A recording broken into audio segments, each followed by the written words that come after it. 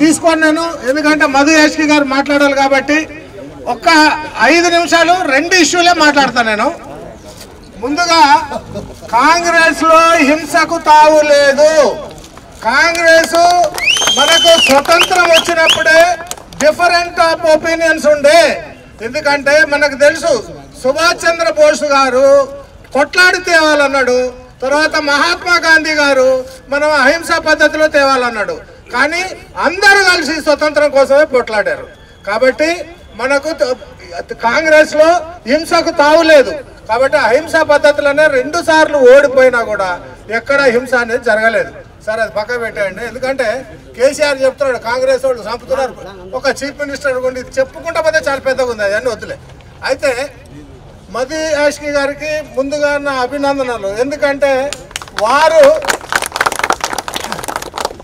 ఇన్ని 2 టర్ములు బయట ఉన్నా కూడా పార్టీ మారకుండా కాంగ్రెస్ లోనే ఉండి, కాంగ్రెస్ ఆయనకు ఏదైతే బాధ్యతలు అప్పచెప్పిందో ఈ 10 ఏళ్లలో కూడా బాధ్యతలు తీసుకుంటా మరి వాటిని చూసుకుంటా వారు కాంగ్రెస్ కోసం పనిచేస్తూనే ఉన్నారు. కాబట్టి వారికి ముందుగానే అభినందనలు. అట్లాగే మా వెంకటేష్ యాదవ్ కూడా ఆయనకు చాలా ఒత్తిళ్లు వచ్చినాయి ఆయనను మారమని, అయినా కూడా ఆయన కాంగ్రెస్ మారలేదు. అందరికీ మంచి రోజులు వస్తాయి. కానీ 2 విషయాలు మాత్రమే నేను మాట్లాడతాను, ఎక్కువ మాట్లాడను. ఒకటి ప్రాజెక్టు, 2 కుటుంబ పాలన. ఈ 2 ఎందుకంటే ఇంతకు ముందు 2-3 సార్లు నేను మాట్లాడినా, అన్ని విషయాలు మాట్లాడినా కాబట్టి ఎక్కువ మాట్లాడితే మా వాడు చూస్తున్నాడు, కొడతాడు నన్ను. ఇక్కడ అన్ని పార్టీలకు సంబంధించిన వాళ్ళు ఉన్నారు. ఇది ఇష్యూస్ మీదనే, వ్యక్తిగతం కాదు. మనం ప్రాజెక్టు చూస్తున్నాము, అందరికీ విఘ్నత ఉంది. అది ఆల్రెడీ 5 పిల్లర్లు 2.5 ఫీట్లు కుంగింది.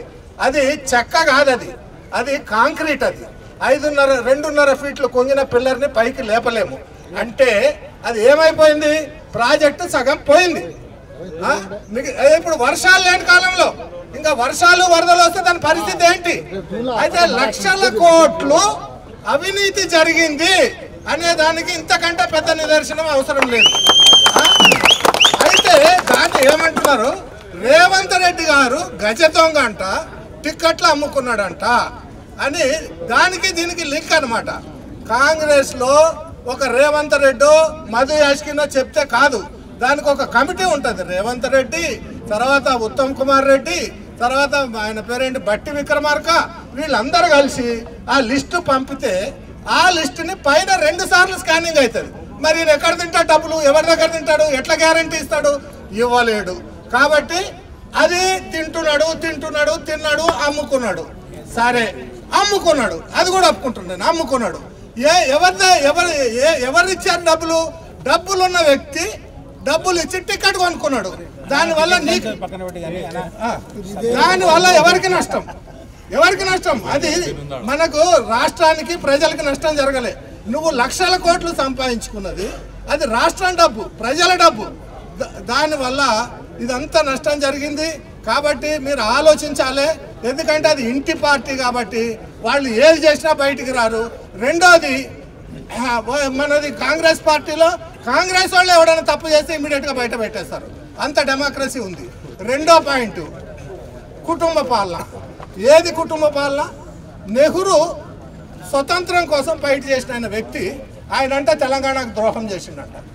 2 ఇందిరాగాంధీ దేశం కోసం ఫైట్ చేసి ఎప్పటికైనా పాకిస్తాన్ తోటి మనకు నష్టం జరుగుతుందని బంగ్లాదేశ్ని సపరేట్ చేసి మన దేశాన్ని కాపాడిన వ్యక్తి. ఆమె తెలంగాణకు ద్రోహం చేసిందంట.